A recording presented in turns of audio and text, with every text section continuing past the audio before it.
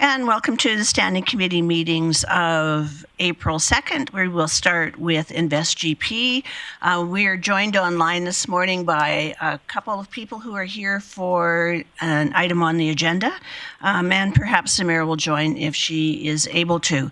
On this committee is myself, Gladys Blackmore, Councillor Bressie, Councillor Palat, and of course Mayor Clayton.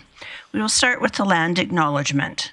The city respectfully acknowledges the Beaver, Cree, Dene, and Métis people as the original caretakers of these lands and surrounding areas. We are grateful to live, work, learn, and play on Treaty 8 territory within Turtle Island and acknowledge these lands have been home to diverse and sovereign First Nations and Inuit nations since time immemorial. And I would start by asking for a motion to adopt the agenda. Councillor Palat. So moved. Call a question. And that carries. We have no delegations at the meeting today. We'll start with the service area update, and I would go to Chief McEachern. Thank you, Chair. For our service area update today, I'll start with economic development. Provincial changes have been made to the AAIP program on March 18th. They're currently being processed with effects to the city's rural renewal stream program. We're looking for a bit of clarification from them. It does look like some of the changes will impact employers in that they will need to be in full operation for 2 complete fiscal years before they can be considered under the program, as well as another change will be that they have to have a minimum total gross annual revenue of $400,000 for the most recent fiscal year. There have also been changes made in regards to the number of nominees that a single employer can be allotted for their operations. In other avenues, been working with the Business Retention Expansion Coordinator has been out visiting businesses. Interested businesses can contact Invest Grande Prairie if they're interested in a program with us. Last week, Invest Grande Prairie, along with the mayor, showcased Grande Prairie's great amenities and all that we have to offer to a physician interested in relocating to the Grande Prairie Regional Hospital. Economic development in conjunction with our intergovernmental affairs have been meeting with surrounding First Nations contacts regarding economic development knowledge sharing and building relationships. And a lot of work also continues to be undertaken with regards to the regional workforce, with the new website being built with a launch expected later in the spring. And we'll have more information as we get closer to that launch date. And the Invest Grande Prairie team will be heading off to the Economic Developers of Alberta Experience Conference next week. It's marking 50 years of that organization within our province. On the investment side, Invest Grande Prairie had a productive week, meetings last week with World Ag Tech Future Foods and with Sarah Week. And planning is ongoing for the upcoming Hydrogen Convention in April, the SiteLink Site Selector Forum, which is happening in the Grande Prairie region, and the Peace Region Energy Show, which is happening in May. In events and entertainment, we held the Youth Career Discovery Expo at the Bonnettes Energy Center on March 21st.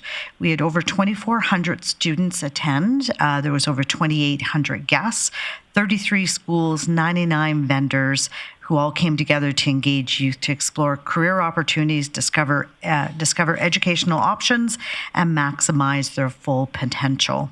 We had over 57 buses of students came in, half-hour increments, giving the students and teachers about 2 hours to tour the expo and try the hands-on interactive elements. The Storm season ended with Game 6 in overtime against the Calgary Canucks.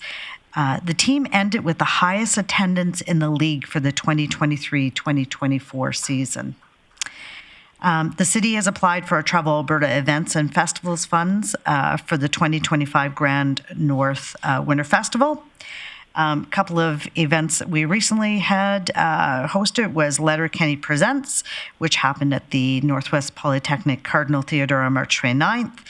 And upcoming, the East Indian Cultural Association will be holding their annual Vaisakhi celebration at the Bows on April 30th. Grad season is starting in May. It's a busy season for our staff as we host a lot of grad events, in particular in Bows and Bannettes. We've got Composite High School, Charles Spencer High School, John Paul II High School, and St. Joseph's High School graduations all coming up. Mini Pops Kids in the Bows on May 24th. Dinosaur World Live in the Bows on May 26th. Stampede Bust Out May 28th. Pride Society annual event on May 31st, Rainbow Bright Teen Dance, and June 1st is a Party in White. And lastly, we have the Queen Tribute June 3rd in the Bows. And with that, I can take any questions. Councillor Bressy. Thank you, Chair Blackmore. Congratulations to staff and volunteers on the awesome Career Expo. I was really excited to see that. I'm curious, if I'm understanding right, that was grant funding. Am I correct in that? Was that just a one-year grant funding, or is that something we've got funding to do that next year as well? Chief Lemieux.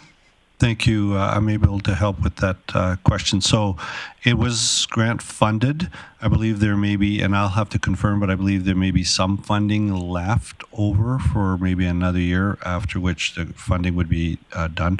But I will send an email to all of council to confirm that. Excellent. Thank you. I see no other questions. I'd like to mention that Mayor Clayton has joined us online. And we have an item of business, 5.2 Telecommunication Tower, and I would look for our delegation to lead us into that, please. Thank you. This is a request for a letter of attestation for a 35-meter tall telecom tower in the Albanetti industrial area. This is the location of the proposed tower. This application has taken a little longer than usual to come before this committee. There were two changes made to the application. The first application was for a 40-meter high tower that was reduced to 35 meters high by the applicant. What that did was that reduced the number of affected residential properties at the south end of the buffer zone of 6 times the height of the tower. So there were 7 properties left in the buffer zone. Administration forwarded information to them. We received 1 response, which is attached to your reports.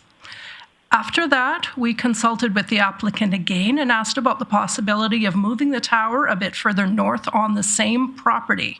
What they did was they did come to another location of choice that is about 30 meters further north than the first location. And what that did was that takes it so the 6 times the height of the tower is now completely off of the residential area. So we can now say that this application meets the requirements of the land use bylaw. So with that in mind, administration recommends the InvestGP committee support this application for a letter of attestation. I do know our applicant is online if committee has any questions for her. Thank you.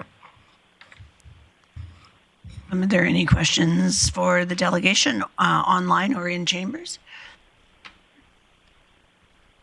I see no one, so I would look to someone to do business. Councillor Palat. Thanks, Chair Blackmore. I move that committee support the proposal for a telecommunication tower and direct administration to provide the requested letter of attestation. Can't say that word, apparently. Thank you.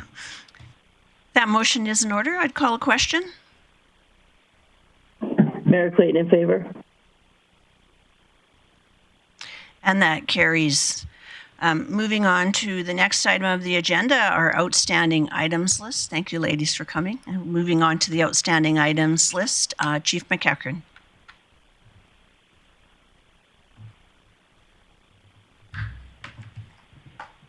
Thank you, Chair. For the outstanding items list, there's no changes recommended at this time.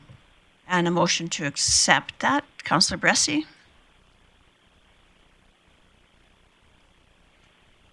So moved. Call a question. Mayor Clayton in favor. And that carries as well. That concludes our meeting today. So we will take a couple-minute break before we start with financial management meeting. What's your